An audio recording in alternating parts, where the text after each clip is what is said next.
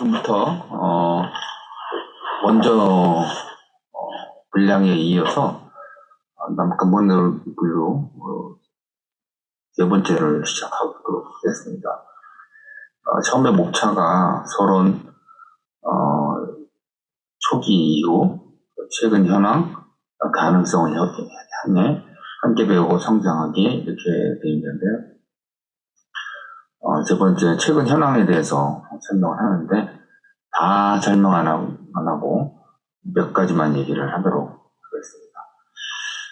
최근 현황에서 주요 문화 교류는 하는데 말씀드렸듯이 문화를 좀 더 광범위하게 살펴본다고 말씀드렸습니다.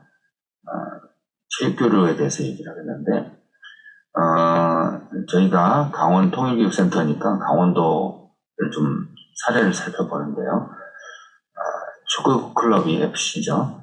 2019년 남북 스포츠 교류전을 통해서 북한 축구팀과 친선 경기를 했는데 중국에서 일어났어요. 쿤밍이라는 지역이 중국의 남쪽인데 교류전 참관을 통해서 북한에 프로축구팀이 있는지는 몰랐어요. 소백수 축구팀이 있는데 친선 경기를 했다고 합니다. 결과에 연연하지 않고 경기 운영을 하고 소백수 축구단의 0대1 패를 했다고 합니다. 북한이 우리나라하고 축구를 하는데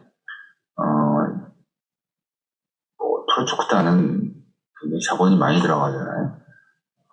정신적인 강력해서 그런지 저도 축구를 좋아하는데 보는 걸 좋아합니다. 사람들이 남북한 축구를 보면 결코 북한이 잘 못한다 그러지는 않습니다. 예전에도 그 월드컵 경기 이런 것도 봤는데 전통적으로 강하긴 했는데 투자를 많이 안 하다 보니까 현대 축구에 좀 따라가지 못해서 그런 게 좀 안타깝긴 한데요.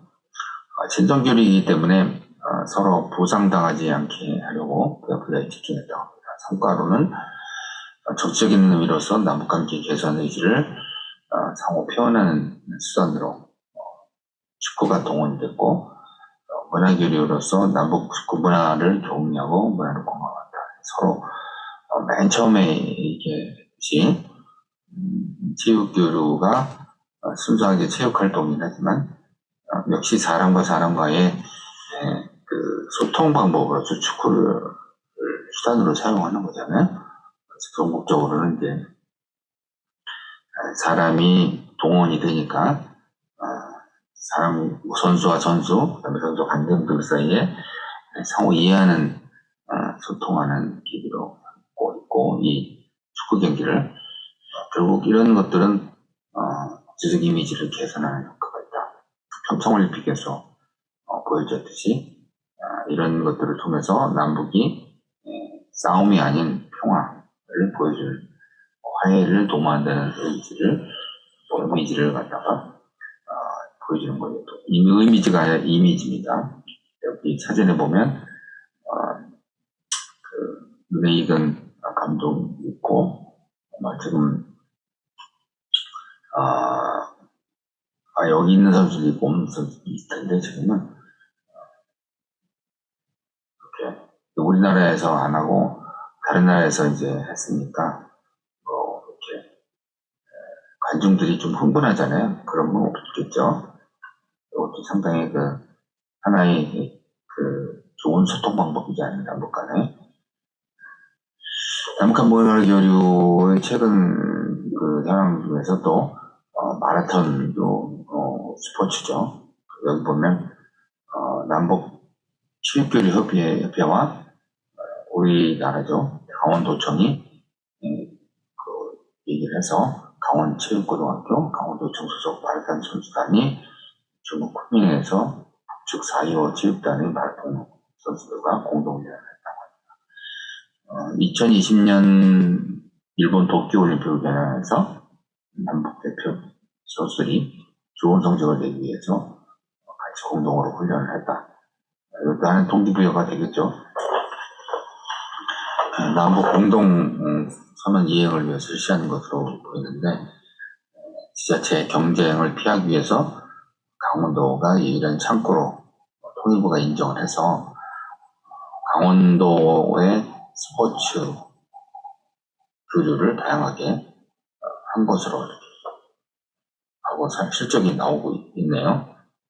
이래서 이 내용을 통해서 보면 여기 신문 기사에 나온 건데요. 남북 마라톤 선수가 호흡 맞춘다 이렇게 나왔습니다. 평가로는 제가 평가한 건데요. 양 당국 간 긴장 완화를 계기가 되고 평화적인 분위기가 조성되는 데 이제 기여를 하는 거고,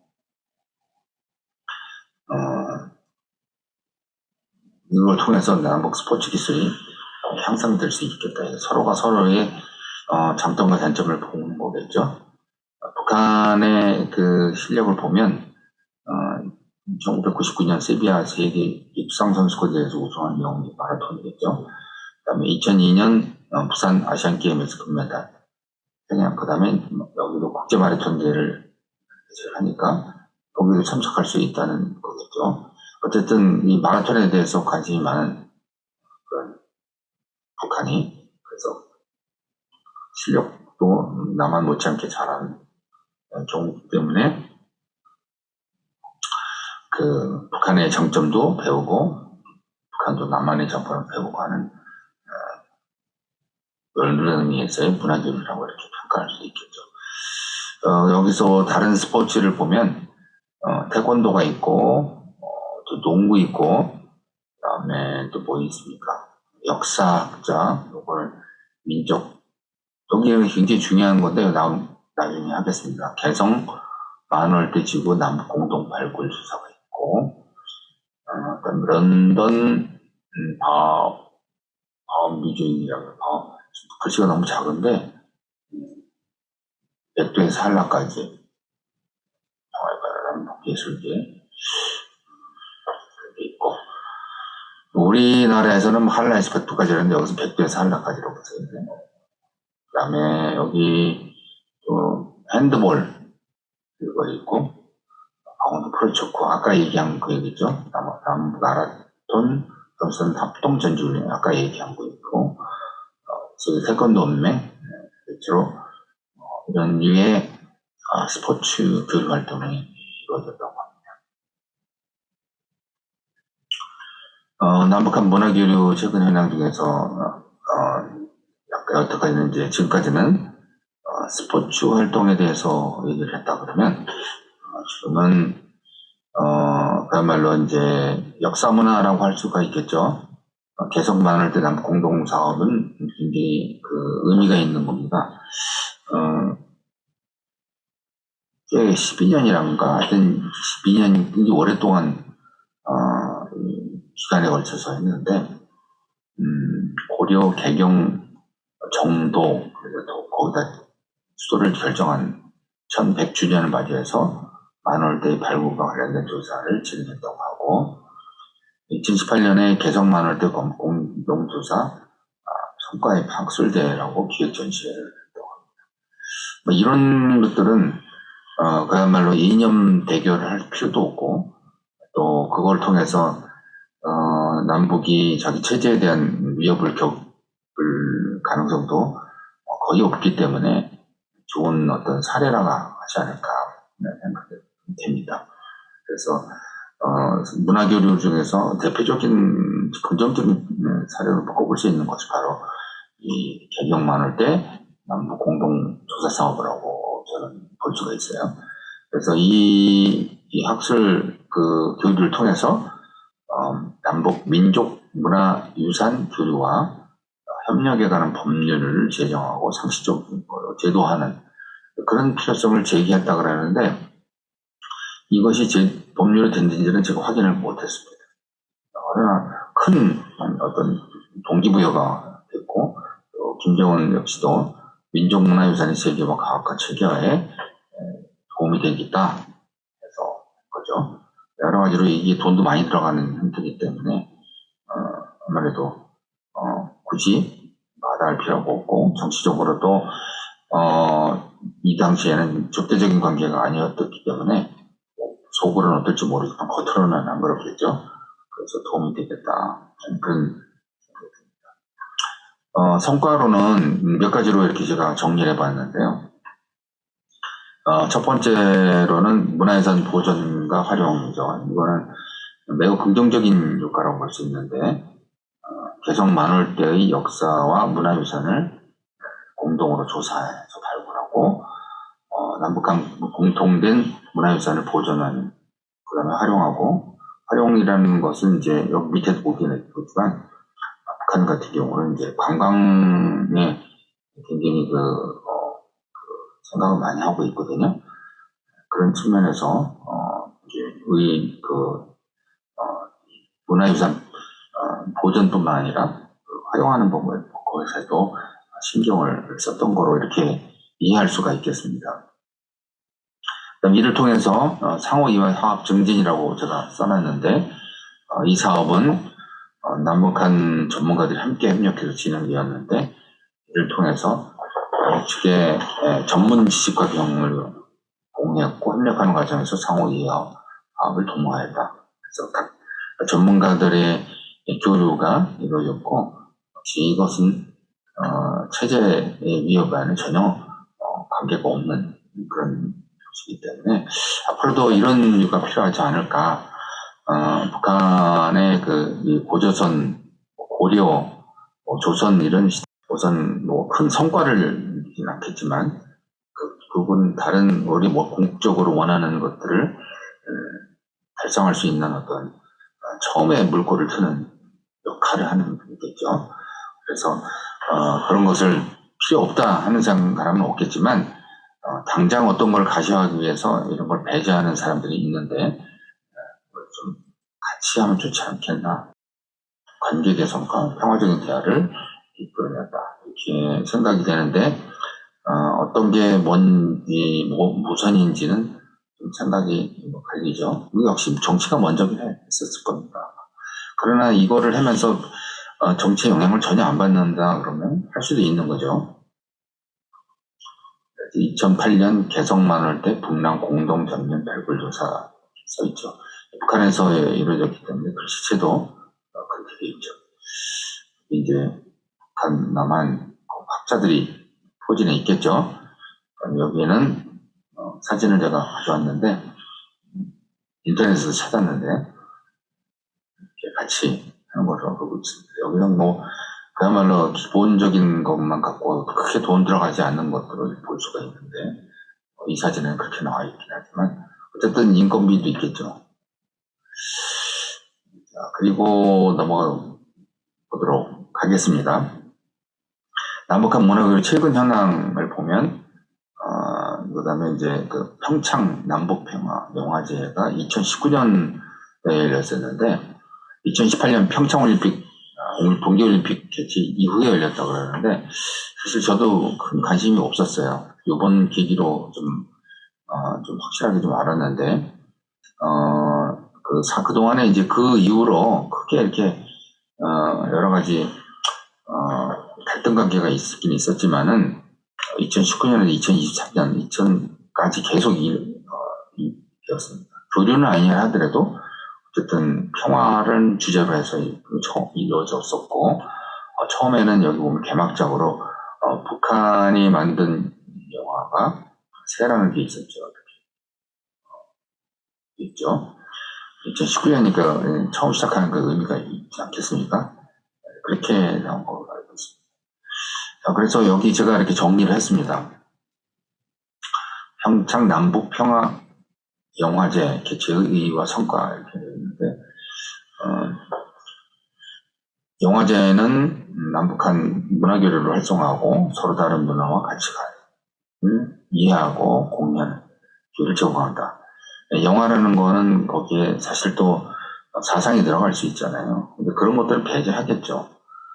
이를 통해서 양국민이 각자의 생각과 삶이 어떤가 걸 이해하는 데 도움이 될 것이고 결국 문화적 연결로 강화되는 상징이라고 볼 수 있겠습니다. 역시 평화 화합의 상징으로서 영화제를 한 것이고 남북한 긴장과 분쟁의 역사를 극복하기 위해서 상징적으로 만들어진 거고, 영화는 감정과 이야기를 통해서 다양한 이슈를 다루기 때문에 공동의 가치를 강조할 수가 있는 것이죠. 서로 어떤 것에 대해서 공유하고 공유할 만한 정신적 가치가 있는지, 이거를 이끌어내는데 영화제가 도움이 되겠다. 그다음에 문화적 다양성, 다양한 문화적 배경, 관점, 이런 것이 양국 간에 서로 다른, 이거는 남북 간의 문제도 아니라, 문제보다 있겠지만, 감독 간의 어떤 관점이라든지, 삶을 표현하는 게 다를 수 있잖아요. 다양성을 인정하고 존중하는 게 필요하고, 또 북한 같은 경우도 남한의 작품을 보면서도 어떤 가능성을 자기네들이 찾을 수 있는지, 사상적으로 비판받을 거를 제외하고 너무 극복하고 할 수 있는 것들이 어떤 것이 있는 건지를 생각할 수 있는 어떤 계기가 되지 않았을까, 그런 생각이 듭니다. 그래서 지금까지 남북한 문화교류 최근 현황을 살펴봤는데요. 쭉 한번 보시면 알겠지만은, 처음에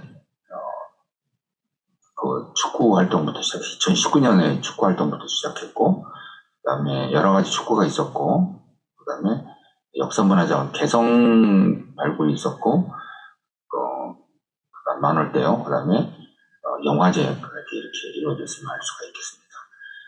그래서 이게 정책으로 좀 갈등하기가 적어지면 다양한 분야로 이렇게 확장될 수 있는데도 불구하고 그것이 중단된 것에 대해서는 좀 안타깝게 생각합니다. 자, 남북한 문화교류 네 번째 순서인데요. 여기에 최근 현황을 몇 가지로 보고 워낙 지금 단절되어 있기 때문에 바로 그 전에 가능성을, 최근 현황을 살펴보았고, 새로운 가능성으로 이제 얘기했는데, 요거는 제가, 위에 것도 자료를 정리했지만, 요거는 새로, 제가, 만들었었던, 다른, 물론 참고도 했겠지만, 제가 새로 작성한 겁니다. 미래의 남북문화교류가 필요한 이유는 뭘까? 처음에 이 문화교류 필요성을,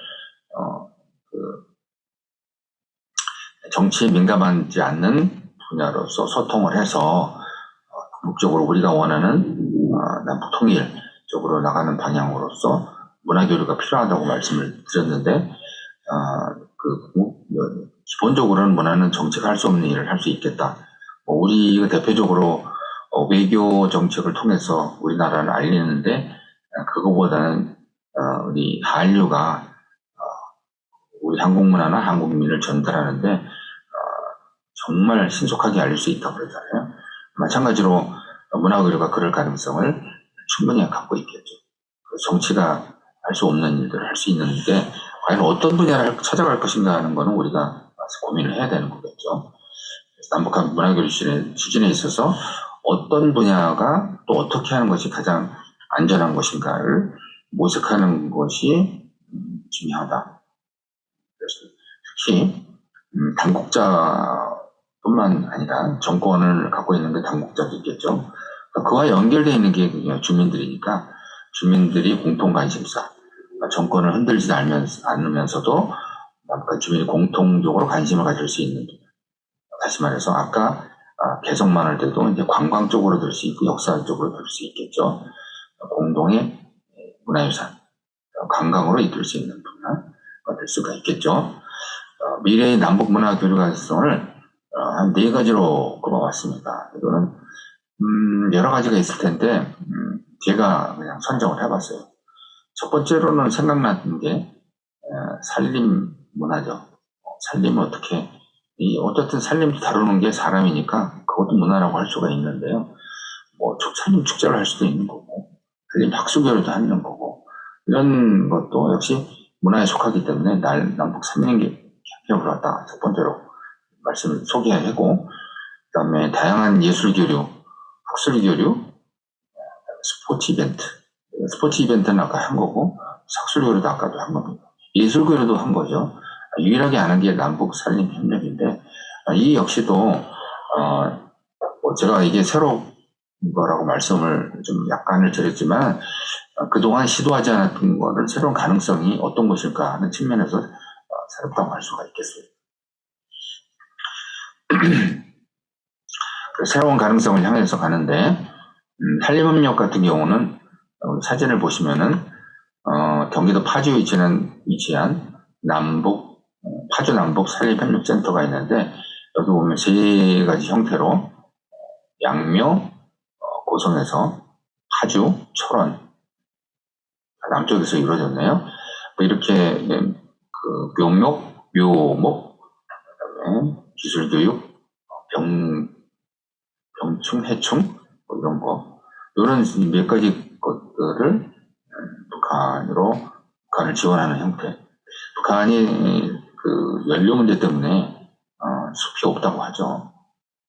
그래서 그 부분을 도와주는데 양국의 주민들도 관심이 있고 당국도 관심이 있는 분야로 좋은 분야라고 할 수가 있겠습니다. 그래서 자연환경 공유할 수 있는 넓은 의미의 문화교류인데 남북한이 지리적으로 근접하고 비슷한 기후와 지형을 보유했다는 것은 문화가 비슷하다는 얘기죠. 그다음에 공통의 생태계와 생물 다양성을 갖고 있기 때문에 이 두 지역의 산림자원 보호와 관리 협력을 하게 되면 문화적 연결고리가 형성이 될 수 있고 이것이 다른 분야로 확장될 수 있다. 이렇게 설명을 드릴 수가 있겠습니다. 두 번째로는 환경보호, 문화유산 보호와 마찬가지로 환경을 보호하게 되면 여러 가지로 지속 가능성이 있겠죠. 경제적 지속 가능성, 주민의 삶의 지속 가능성, 그다음에 산림이 항표됨으로써 여러 가지 홍수라든지 자연재해가 있을 텐데 그거를 극복할 수 있는 지속 가능성. 이것도 역시 공통의 가치와 이상을 공유할 수가 있기 때문에 문화적 이해와 연결이 되고 확장적으로 다른 분야까지 이끌어낼 수 있다. 이렇게 얘기할 수 있겠습니다. 인적교류 촉진에선 산림협력은 역시 이것도 사람이 하는 거죠. 아까 그 역사문화자원도 마찬가지지만 전문가, 연구자, 환경보호자, 농업인 등 다양한 인적교류를 촉진하고 결국은 상호 간의 존중과 이해 이런 것들이 생겨서 문화적 교류를 이어질 가능성이 있겠다. 근데 특별히 여기 밑에다 써놓은 게 2018년 9월 평양 공동성환회의가 있었는데 여기 산림협력을 약속해서 이걸 실천하는 어떤 사업으로 제안한 것 같습니다. 산림협력 분야의 실천적 성과를 위해서 노력하자는 합의가 포함되었고 이걸 일환으로 하려고 합니다. 자, 새로운 가능성의 예술 쪽 분야를 알아보겠습니다. 예술 쪽에 우리가 과거의 내용을 보면 주로 남쪽에서 시도를 했고 권유를 했고 그래서 이랬지만 오래되지 못하고 정치 상황 때문에 매우 이동적에서 끊이는 경우가 많죠. 예를 들면은 음악 프로젝트, 공연 등도 사상을 배제할 수 있게 하는 분야이긴 한데 그 중에서도 대중문화를 위에서 살펴봤듯이 북한 당국이 굉장히 경계를 하니까 클래식 음악 같은 경우는 보편적 가치를 지니고 있고 특정 정치 이념이나 문화에 국한되지 않기 때문에 미래의 문화교류 분야로 적합하지 않을까 해서 제시를 해봤습니다. 그래서 예를 들면 남북이 공동 클래식 음악 콘서트를 개최하고 남북 클래식 음악가가 함께 연주해서 프로젝트를 진행하는 것은 어떨까? 이것을 자기네들이 주로 좋아하는 것들도 있을 거고 우리가 좋아하는 것들도 있을 텐데 사상적으로 이념적으로 대립되지 않는 영향을 받지 않는 거라고 할 수 있겠죠. 또 클래식 음악에서 자기네들이 연주하는 것 외에도 음악 교육에 대해서도 특히 젊은 세대들한테도 도움이 되는 거라고 볼 수가 있겠죠. 이 부분 맨 밑에 내용은 좋은 것이 아닐까 해서 지시를 받습니다. 젊은 세대들이 남북 청소년들 간의 문화를 이해하고 존중하는 기회를 창출할 수 있지 않겠나. 이렇게 되면은 다른 어떤 분야, 우리가 생각하지 못했던 분야도 상호 존중하고 공감하게 되면 기회가 생길 수 있는 여지를 보이지 않을까 해서 제시가 됐습니다. 학술 교류는 계속 많을 때의 사례를 생각을 해서 제시를 해봤는데요. 6.15 공동선언에서 사회문화 교류 협력에 기회가 열렸기 때문에 시행된 걸로 알고 있는데요.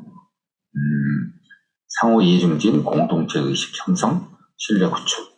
이거는 뭐 다 좋은 얘기입니다. 여기 얘기들입니다. 학술 교류의 긍정적 효과로서. 그런데 여기서 제가 여기 밑에 볼게요.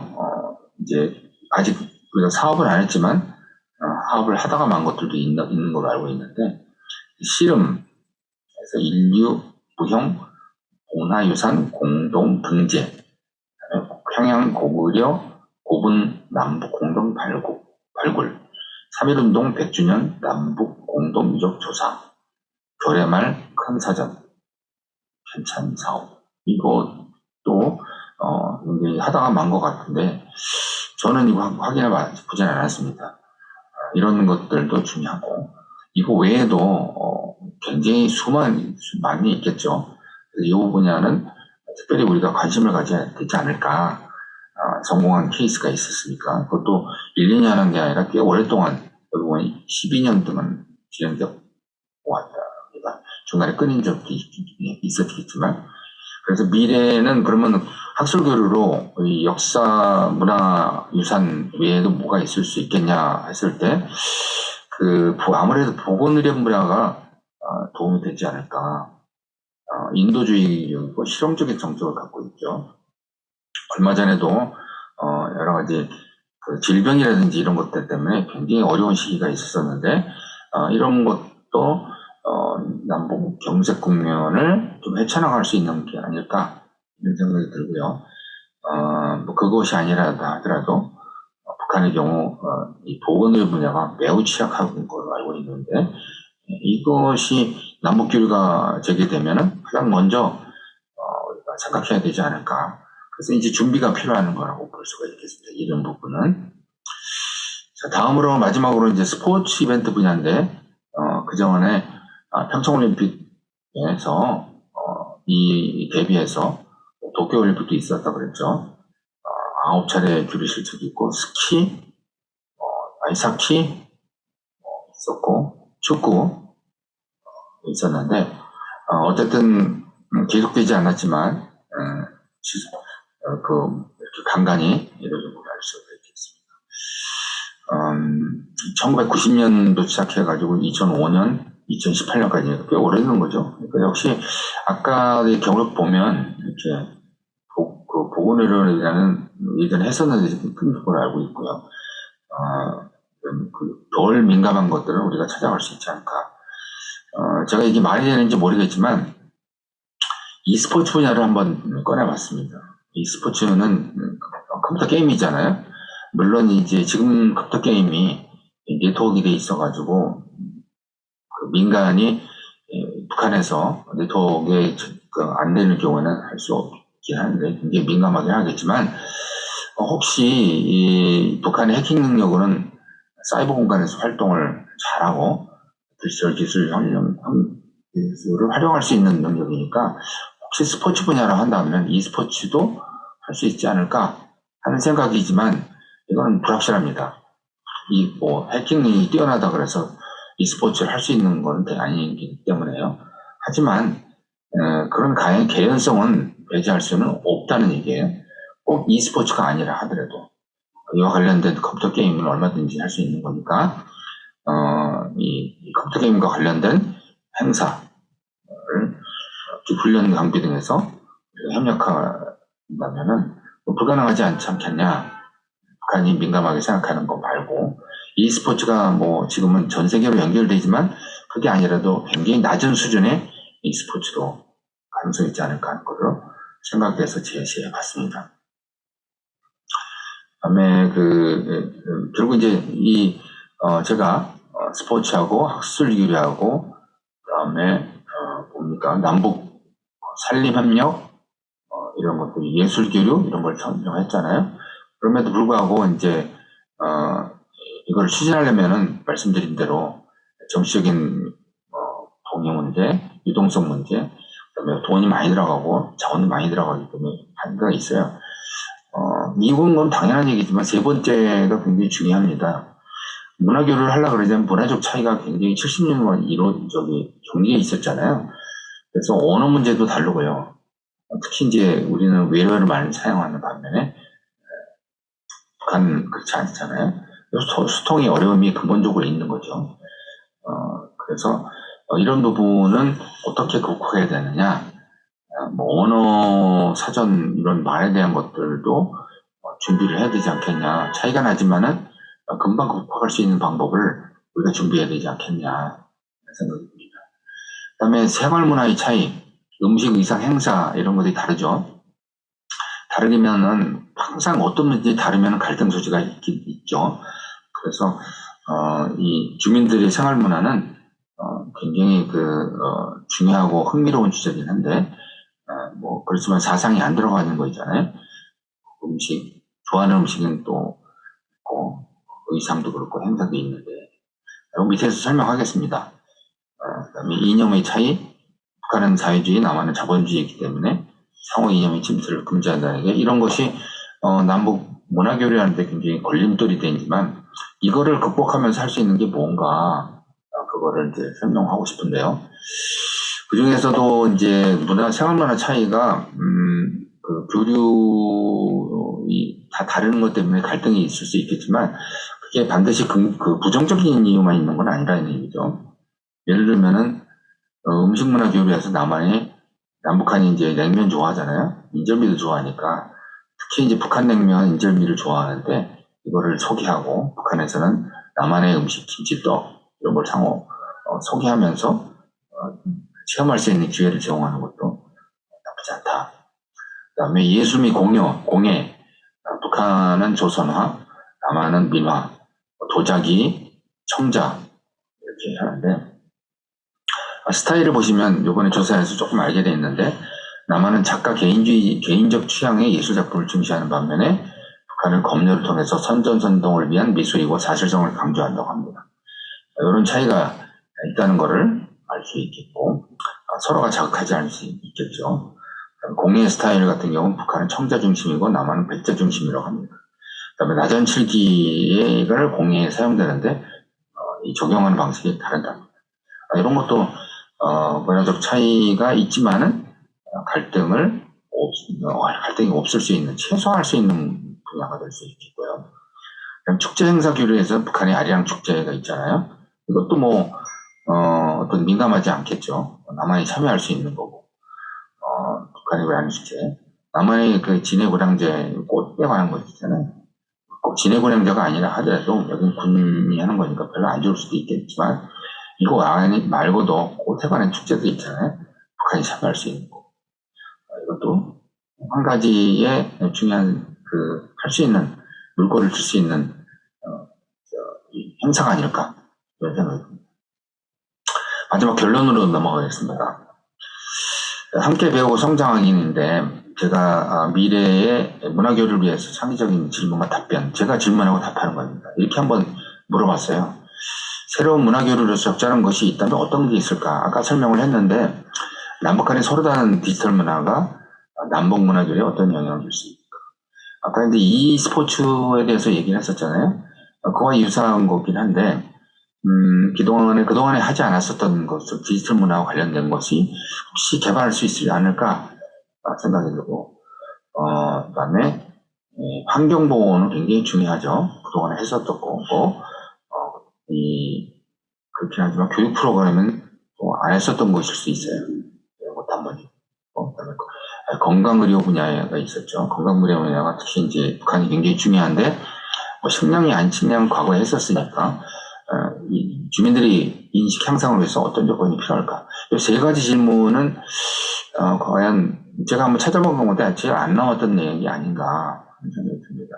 물론 환경과 뭐 이런 건강 이런 게 의뢰 나왔지만 질문 자체는 좀 제가 한번 제안을 해봤습니다. 그래서 이 디지털 문화에 대한 것인데 정보의 접근성, 이게 e스포츠가 아니라 하더라도 이 북한의 그 제한된 정보 환경 속에서 우리가 어떤 준비를 할 수 있을까? 그대로 도와줄 수 있는 거, 세대별로 학습 능력을 어떻게 향상시키는 것이 필요한지가 먼저 준비를 해야 되지 않겠냐, 그런 생각이 듭니다. 그래서 기회가 열렸을 경우에 다가갈 수 있는, 그때 준비하는 게 아니라 지금 준비하면 좋지 않겠냐. 문화교류 촉진도 문화에 대한 이해, 교양 이런 것이 필요하잖아요. 디지털 콘텐츠 제작을 지금 많이 하고 있는데 북한하고 교류가 일어났을 때 그들이 전혀 의심하지 않고 안정적으로 소비할 수 있는 콘텐츠를 만들어내서 알리는 것, 이런 거를 추구하지 않으면 좋지 않을까.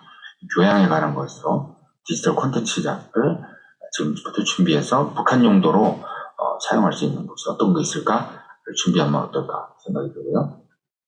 정말 마지막입니다. 이제 이 환경에 관한 것도 교육 프로그램이 좀 부족하지 않았을까 생각이 들고요. 그래서 환경보호에 대한 주민의 인식 이런 것이 필요하니까 인식 굉장히 중요합니다. 환경을 갖다가 정책이 필요하긴 하지만 그것보다는 민간 스스로가 하는 게 중요하잖아요. 그래서 민간 스스로가 대처할 때 어떤 것이 어떻게 해야 환경이 훼손되지 않을까? 환경 친화적인 행동은 내가 어떤 것을 해야 될까 하는 거를 우리가 인프라라든지 모든 준비를 해서 그들에게 제공할 수 있는 것 알려주지 좋지 않을까. 역시 이것도 돈이 많이 들어갑니다. 그러니까 북한이 도움을 받을 수 있는 일을 생각한 거죠. 그래서 주민의 생활의 질이 이걸 통해서 향상이 되는 거니까 준비하면 좋지 않겠나 하는 생각이 들고, 공공 건강에 대한 거, 건강 상태가 매우 안 좋다고 그러잖아요. 스스로 챙길 수 있는 건강 관리, 좋은 습관을 형성하는데 어떤 준비가 필요할까? 우리가 어떤 정도의 준비로 그들을 도울 필요가 있을까? 그리고 건강 상태 개선, 한번 읽어보겠습니다. 북한 주민의 건강 상태를 자기 스스로 체크하고 생활의 질을 향상시키는데 건강 정보와 교육 프로그램을 해서 그들한테 제공할 것을 남한은 어떻게 준비하고 대응해야 될까? 가끔 북한의 뉴스를 들어보면 의료 작품이 충분하지 않기 때문에 이 자연의 어떤 것들을 갖고 정보를 교양 지식을 갖다가 안내하는 걸 볼 수 있겠거든요. 이런 것들도 저희들이 준비한다 그러면 뭐 남북한 모두 도움이 될 뿐더러 준비를 했다가 제공하는 것도 필요하지 않을까 이런 생각이 듭니다. 지금까지 마치도록 하겠는데요. 전체적으로 한번 설명을 하고 마치겠습니다.